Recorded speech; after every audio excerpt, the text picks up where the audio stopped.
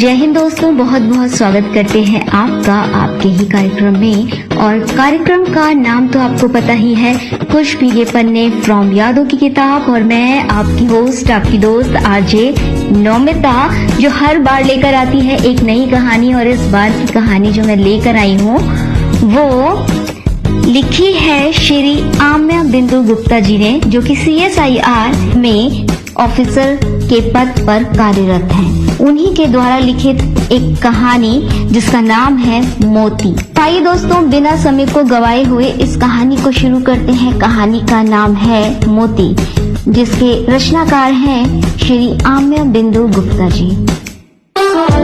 मैं हूं शंकर महादेवन और आप सुन रहे हैं रेडियो उड़ान, इफ लाइट ऑफ लाइफ। अपना बैग लेकर मैं घर से निकला तो मोती मेरे साथ चलने लगा। उसे रोकने की कोशिश की पर वह पीछे पीछे चलता रहा। मैं गली से होकर सड़क पर पहुंचा और सामान रखकर रिक्शे का इंतजार करने लगा। मोती बार बार मेरा सामान और मेरा पैर सूंघ रहा था। रिक्शे पर चढ़ने लगा तो मोती आवाज करते हुए मेरे पैरों से लिपट गया। उसे हटाते हुए मेरा गला भर आया। एक सप्ताह तक उसके साथ रहकर मैं वापस दिल्ली जा रहा था। मैं उसे लौटाना चाह रहा था पर वह अपना अगला पैर रिक्शे पर टिकाकर खड़ा हो गया, जैसे रिक्शे को रोक लेना चाहता हूँ। मैंने रिक्शे वाले से रेलवे स्टेशन चलने के लिए बोला और रिक्शा आगे बढ़ गया। मैं मोती को भगाता रहा लेकिन वह गली में ना मुड़कर रिक्शे के पीछे दौड़ पड़ा। वह ऐसे चल रहा था जैसे मन में कुछ निश्चय करके निकला हो। मैंने भी बोलना बंद कर दिया। हम दोनों स्टेशन तक आ गए। रिक्शे से उतरकर एक बार फिर मोती को प्यार किया और सोचा कि वह लौट जाए, पर आज वह मुझे छोड़ने को तैयार नहीं था। मोती मेरे साथ प्लेटफॉर्म पर भी चला आया। मोती को लेकर मुझे चिंता हो रही थी कि वह लौटेगा कैसे, पर इन सब से बेखबर वो मेरे साथ वहीं प्लेटफॉर्म पर खेल रहा था। मुझे याद आया कि वह स्टेशन पर पिताजी के साथ कई बार टहलने आ चुका है, इसीलिए उसके प्रति मेरी चिंता कुछ कम हो गई। समय आराम से कट रहा था, इसीलिए मैं उसके साथ खेलने लगा। ट्रेन का समय हो गया। स्टेशन पर हलचल होने लगी तो मोती मेरे पास आकर चुपचाप खड़ा हो गया और ट्रेन को देखता रहा। उसकी आंखों में बेबसी थी, जैसे कि वह ट्रेन का कुछ कर नहीं सकता। ट्रेन रुकी तो मैं भागकर थोड़ी दौड़ लगाकर अपनी बोगी में चढ़ गया। सामान रखकर बाहर देखा तो मोती भी मेरे साथ दौड़ आया था और दरवाजे के सामने खड़ा था। मैं वहीं खड़ा हो गया। थोड़ी ही देर में ट्रेन खुल गई और स्टेशन से सरकने लगी। मोती ट्रेन के साथ भागने लगा।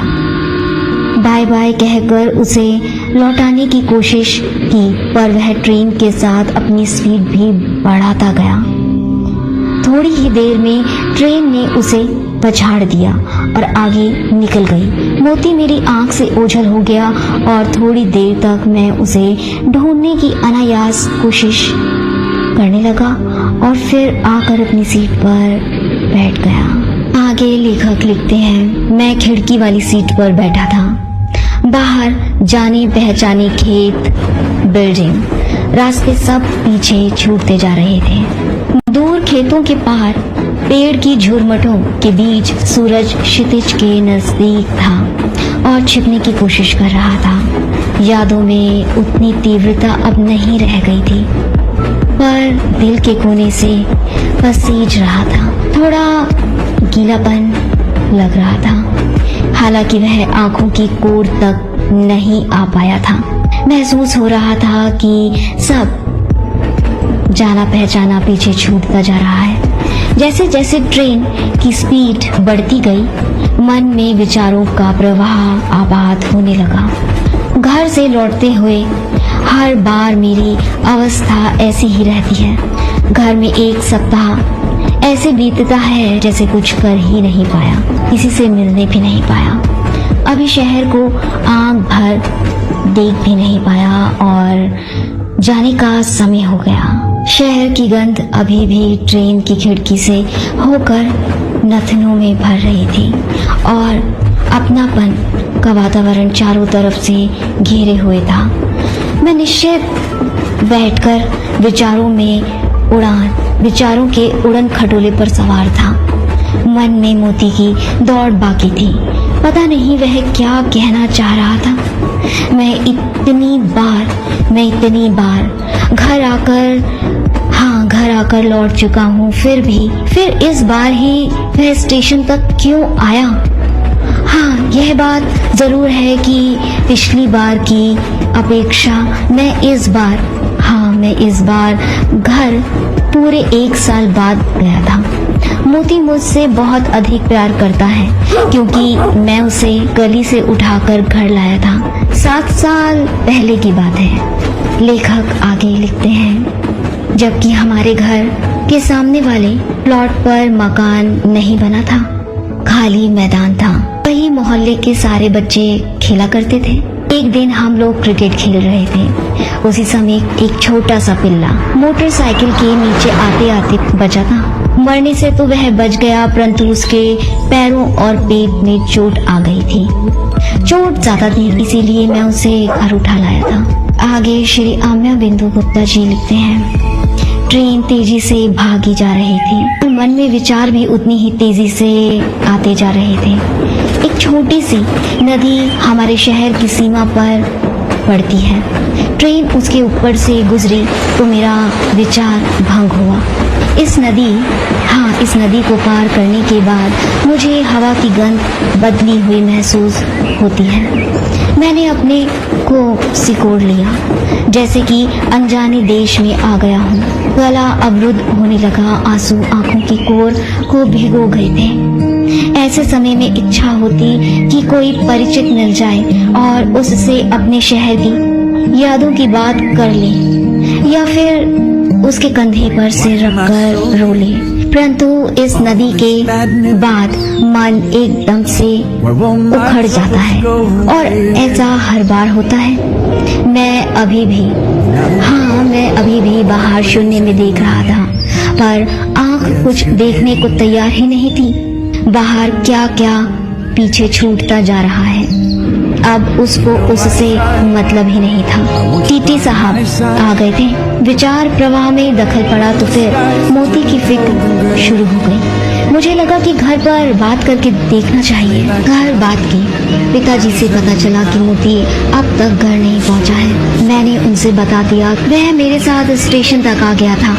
मैं बात और आगे नहीं बढ़ा सका क्योंकि अभी थोड़ी देर पहले घर से निकला था।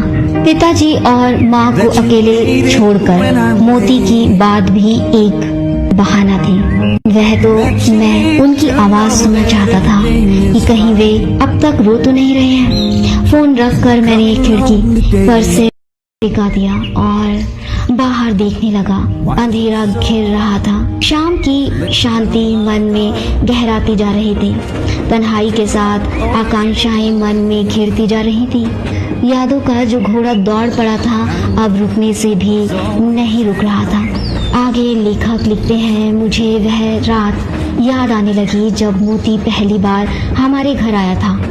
उस रात मुझे बहुत डांट सुननी पड़ी थी। उस समय हम लोगों की परीक्षाएं चल रही थी। पिताजी को लगा था कि इसके चलते हम लोग पढ़ाई से भटक सकते हैं।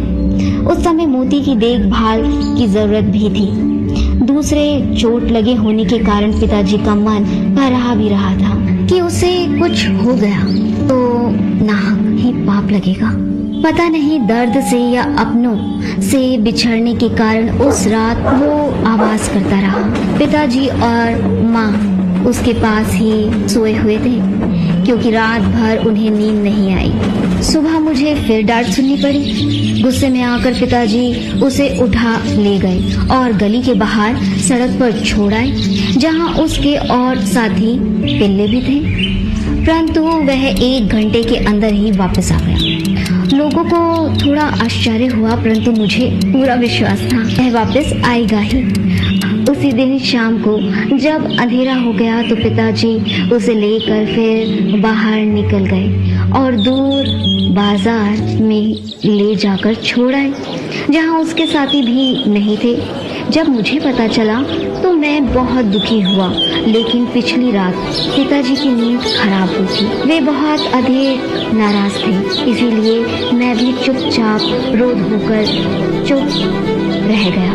दूसरे दिन सुबह पिताजी के जोर जोर से बोलने की आवाज से मेरी नींद खुली। मैं डरते हुए बाहर निकला तो वो आवाज करता हुआ आकर मेरे पैरों को चाटने लगा। इस बार चौंकने की बारी मेरी थी। उसकी आंखें गीली थी, शायद आंसू ही रहा हूं, कृतज्ञता के आंसू। मैंने उसी समय उसका नामकरण मोती कर दिया और मोहल्ले के लोग भी उसे मोती नाम से बुलाने लगे थे। पिताजी की नाराजगी भी कुछ कम हो गई थी। उन्होंने बताया कि रात के 2 बजे से ही गेट पर खड़ा होकर चिल्ला रहा था। हमारे घर का गेट बहुत बड़ा है तथा नीचे काफी जगह होती है, से बड़े कुत्ते भी अंदर आ सकते हैं, परंतु वह रात भर ठंड में ही बाहर खड़ा होकर चिल्लाता रहा, अंदर नहीं आया था। जब पिताजी ने सुबह गेट खोला तभी वह अंदर आया, जैसे कि अंदर आने की आज्ञा और सहमति चाह रहा हो। उस दिन के बाद पिताजी ने उसे बाहर छोड़ने की कभी कोशिश नहीं की और वह हमारे घर का सदस्य बन गया। पिताजी को भी उस दिन महसूस हो गया था कि इतनी कृतज्ञता तो मनुष्य में भी नहीं मिलती कि दुत्कारे जाने के बाद भी एहसान उतारने के लिए आज्ञा मांगे। आगे लेखक लिखते हैं, रात हो चुकी थी। ट्रेन के बाहर अब अंधेरे का साम्राज्य स्थापित हो चुका था। ट्रेन की खिड़की खुली हुई थी। थोड़ी देर में दूर आकाश में सुबह जैसा हल्का प्रकाश दिखाई देने लगा, जैसे कि पौ फटने के समय पूरब दिशा में प्रकाश दिखाई देता है। लखनऊ आने वाला था। शहर की लाइटें थी जो आसमान को रोशन किए हुए थी। कुछ यात्री उतरने की तैयारी करने लगे थे। लखनऊ इस रास्ते में एक बड़ा स्टेशन है, उत्तर प्रदेश की राजधानी है और रेलवे का बहुत बड़ा जंक्शन भी। हमारी ट्रेन यहाँ आधे घंटे के लिए रुकती है और रात के लगभग 9 बजे पहुँचती है। अतः इस ट्रेन समाज का यह नियम तब बन गया है कि लखनऊ आने वाला हो या आ गया हो तो भोजन की तैयारी शुरू हो जाती है। लखनऊ में उतरकर प्लेटफॉर्म पर टहला जाता है और फिर जब ट्रेन यहाँ से खुलती है तो लोग बिस्तर लगाना शुरू कर देते हैं। मैं अभी खाने के लिए तैयार नहीं था और सोच रहा था कि ट्रेन जब लखनऊ से खुलेगी तब खाऊंगा। ट्रेन लखनऊ पहुंची तो मैंने फिर घर फोन किया। पिताजी ने फोन उठाया और बताया कि अब तक मोती घर नहीं लौटा। थोड़े चिंतित लग रहे थे। माँ और पिताजी ने अभी तक खाना भी नहीं खाया था और खाना अभी बना भी नहीं था। मैंने थोड़ा समझाने की कोशिश की पर पिताजी की आवाज से लग रहा था कि वे घबराए हुए हैं। वे मोती के बारे में पड़ताल करने लगे और पूछने लगे कि वह कहाँ तक गया था।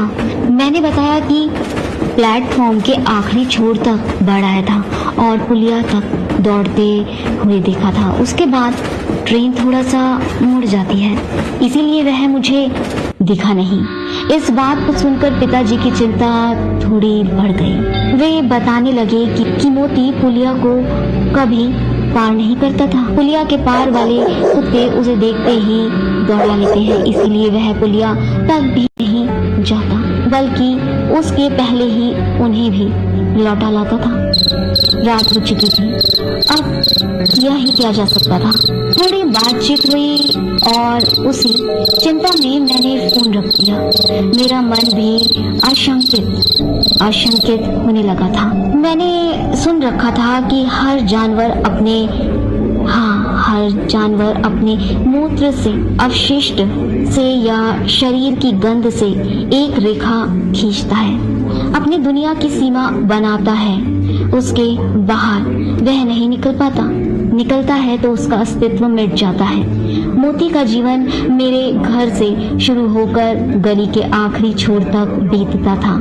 वह सड़क पर कभी अकेले नहीं जाता था।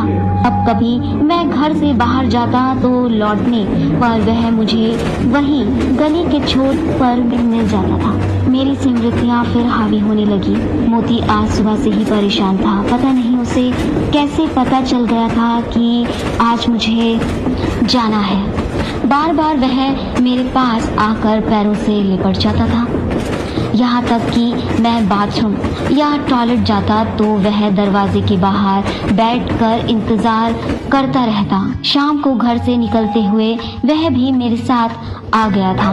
मैंने बहुत कोशिश की थी कि वह लौट जाए, पर माना नहीं। अब मुझे अपने ऊपर खिंच आ रही थी कि मुझे उसे जबरदस्ती घर में बांध देना चाहिए था, पर अब क्या हो सकता था। मुझे लगने लगा कि वह मुझे रोकना चाहता था, पर रोक नहीं सका और खुद मेरे साथ अपनी दुनिया की सीमा को पार करने की कोशिश की।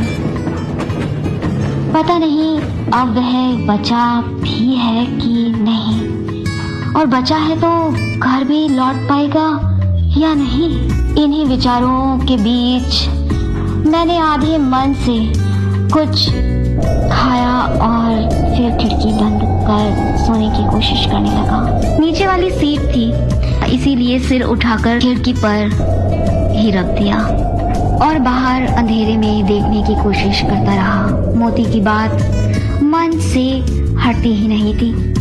1.5-2 घंटे बाद ट्रेन किसी स्टेशन पर रुकी तो मैंने घर फोन करने की कोशिश की। मैंने सोचा था कि 1-2 घंटे में फोन उठा तो बात करूंगा, नहीं तो काट दूंगा, पर फोन बजते ही पिताजी ने उठा लिया। अभी तक सोए नहीं थे। मोती घर नहीं लौटा था।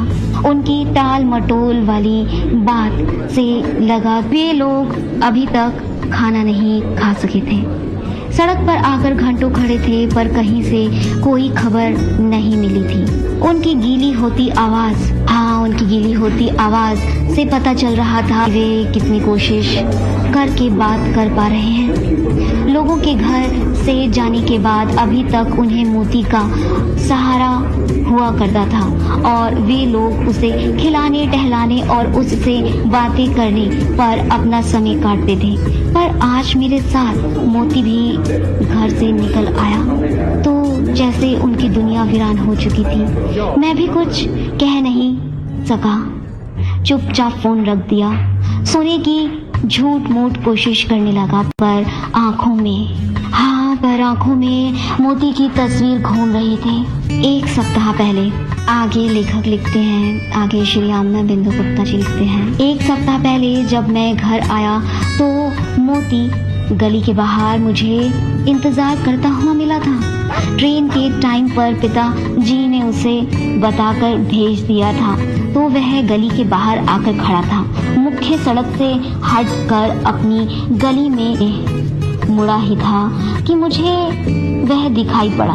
उछलकर मेरे मुंह तक चढ़ आया और फिर पैर सूंघकर और मेरे कपड़ों को मुंह से पकड़कर थोड़ा खींचते हुए आगे बढ़ने लगा। मैंने उसके सिर पर हाथ फेरा तो वह दौड़कर घर की ओर जाने लगा। मोती आगे आगे चल रहा था और मैं उसके पीछे पीछे। घर का गेट खुला हुआ था और पिताजी वहीं खड़े थे। मैं पांव छूकर अंदर घुसा तो मोती माँ को खींचते हुए ला रहा था।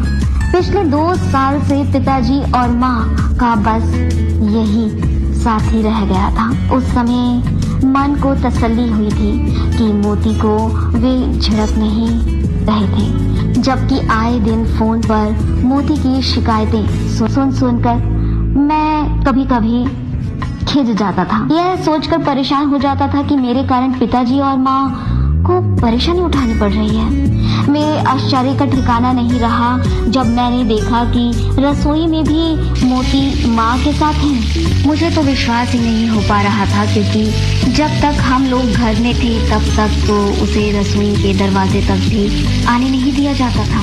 हफ्ते भर घर में रहकर संतोष के साथ ही मेरे मन में एक हल्की सी ईर्ष्या की रेखा भी जाग गई थी कि मोती तो हमसे अधिक माँ और पिता के नजदीक हो गया था, और यह भी कि पिताजी और माँ को मोती से अधिक लगाव हो गया था। माँ और पिताजी की हालत सोचकर मन और परेशान हो गया कि और मैं यादों के क्रम को तोड़कर सोने की पुनः कोशिश करने लगा, परंतु आज की रात तो सब व्यर्थ था।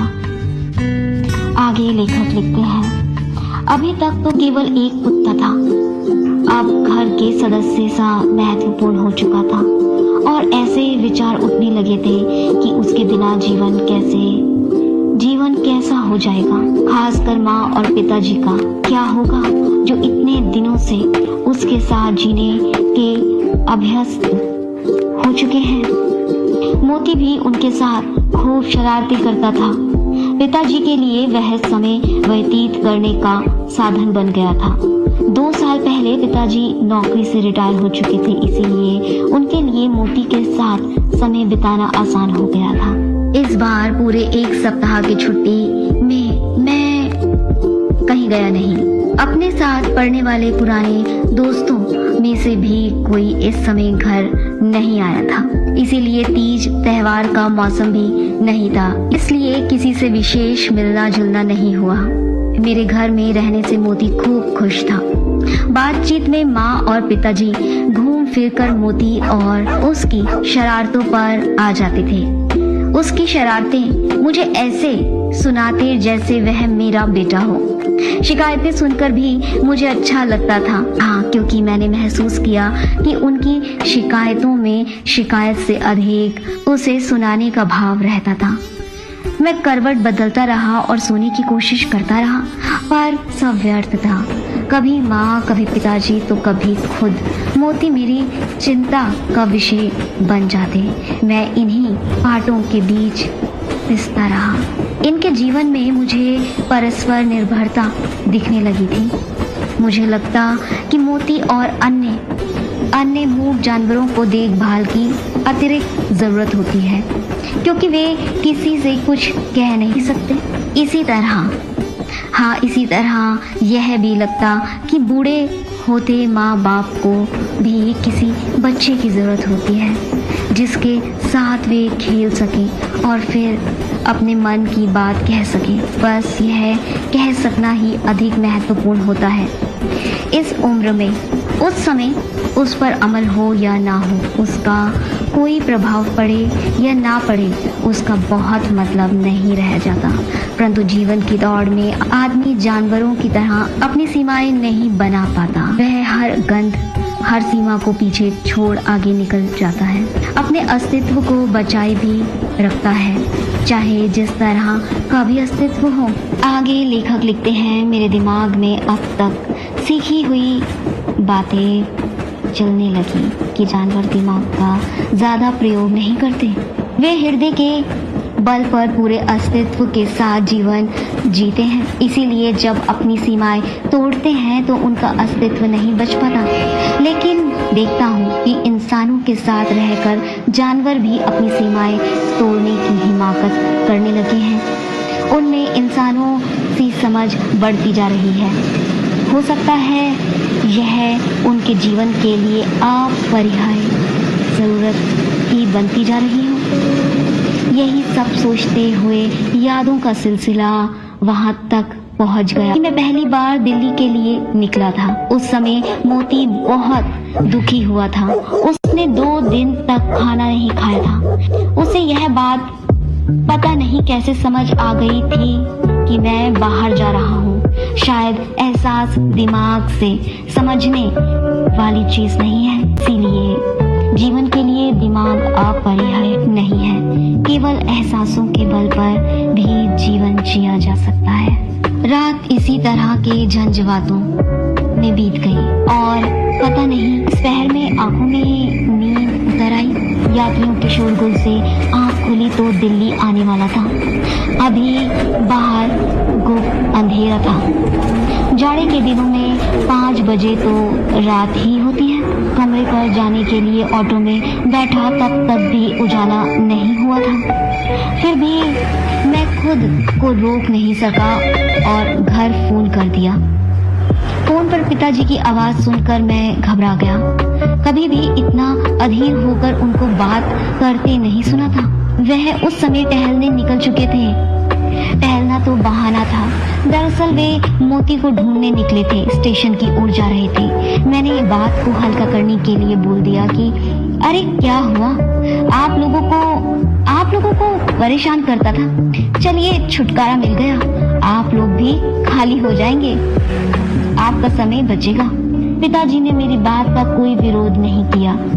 उनके रूंधे गले से बस इतनी आवाज सुनाई पड़ी, जिंदगी इतनी खाली भी नहीं अच्छी लगती कि कोई परेशान करने वाला ही ना हो। मैंने बातचीत को अपनी ओर मोड़ने की कोशिश की। अब सुबह हो चुकी थी, इसीलिए मैं उन्हें अकेला ऐसे ही छोड़ देने के लिए तैयार नहीं था।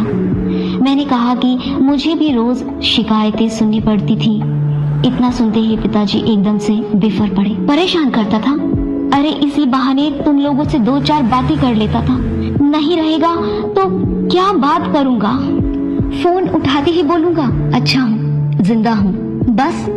इसके अलावा हमारी जिंदगी में क्या घटित होता है जो तुम लोगों को बताऊं? उसके होने से घटनाएं तो हैं, बातें तो हैं। थोड़ा रुक कर आवाज को संभालते हुए और बातें हैं तो जिंदगी है। आगे लेखक लिखते हैं, आगे श्री आम्या बिंदु गुप्ता जी लिखते हैं, इतनी बातें सुनकर तो मेरा दिमाग सुन हो गया।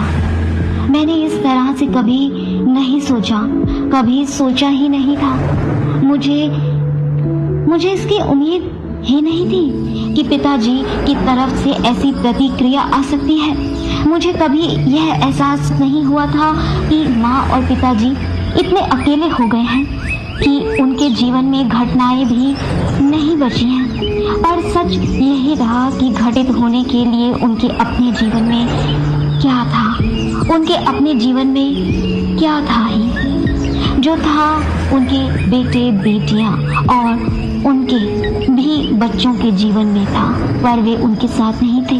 मैं सोच ही नहीं पा रहा था कि आखिर क्या जवाब दूं, क्या समझाऊं। आगे लेखक लिखते हैं, फोन पर बड़ी लंबी चुप्पी दोनों ओर से रही और अंत में पिताजी ने बात पूरी की कि आज से पहले इसने यानी मोती ने कभी पुलिया पार करने की कोशिश नहीं की थी। कल यह यहाँ तक बढ़ आया। यही कहकर उन्होंने फोन काट दिया। कमरे में पहुंचने के थोड़ी देर बाद ही पिताजी का फोन आ गया। मुझे फोन उठाते हुए डर लग रहा था, पर उनके पहले ही शब्द ने वह डर दूर कर दिया। उनकी निश्चिंत आवाज में पहले जैसी खनक थी। उन्होंने बताया कि मोती उसे पुलिया के नीचे सूखे घास के बीच दुबका हुआ बैठा था और उनके आते ही आवाज करते हुए पैरों से लिपट गया। पिताजी की आवाज में गजब का विश्वास और गर्व झलक रहा था, जैसे कि मोती उनके विश्वास पर खरा उतरा हो, जैसे कि उनके बुढ़ापे की दुनिया वीरान होने से बच गई हो। पिताजी ने बाद में बताया कि पहले भी टहलते समय वह कभी पुलिया तक नहीं जाना चाहता था। वह पुलिया से बहुत डरता था तथा उन्हें भी वहां तक नहीं जाने देता था। मोती ने मेरे साथ मिलकर अपनी बनाई हुई सीमा रेखा को तोड़ने की कोशिश की थी, परंतु वह उससे पार नहीं जा सका और मेरा पीछा करना छोड़कर वहीं बैठ गया। उसे एहसास होगा कि उस सीमा से बाहर जाना उसके बस की बात नहीं है। आदमी ही अपनी सीमाएं तोड़ सकता है, क्योंकि आदमी की भूख अनंत है, उसकी यात्रा अनंत है। धन्यवाद। श्री आम्या बिंदु तो दोस्तों उम्मीद करती हूँ कि आपको ये कहानी पसंद आई होगी। कहानी का नाम था मोती, जिसे लिखा था श्री आम्या बिंदु गुप्ता जी ने। तो दोस्तों इस कहानी में जैसा कि मैं हर बार कहती हूँ कि हमें हमारी कहानियों से सीखने को मिलता है। लेखक ने बताया है कि एक इंसान का और एक जानवर का कितना प्यारा रिश्ता होता है। इंसान तो बहुत ही सिर्फ अपने काम से आते हैं, मतलबी होते हैं, लेकिन एक जानवर होते हैं, जो बेजुबान होते हैं, वो फिर भी दिल से इंसानों को अपनाते हैं और वफादार होते हैं, अपनी वफादारी निभाते हैं हमेशा। तो दोस्तों उम्मीद करती हूँ कि आपको ये कहानी पसंद आई होगी। अगले सप्ताह एक और नई कहानी के साथ आपके सामने प्रस्तुत होंगी मैं आरजे नौमिता, कुछ भीगे पन्ने फ्रॉम यादों की किताब में, जो कि आता है रेडियो उड़ान पे हर बुधवार शाम 7 बजे और पुनः प्रसारण इसका आता है गुरुवार दोपहर 2 बजे।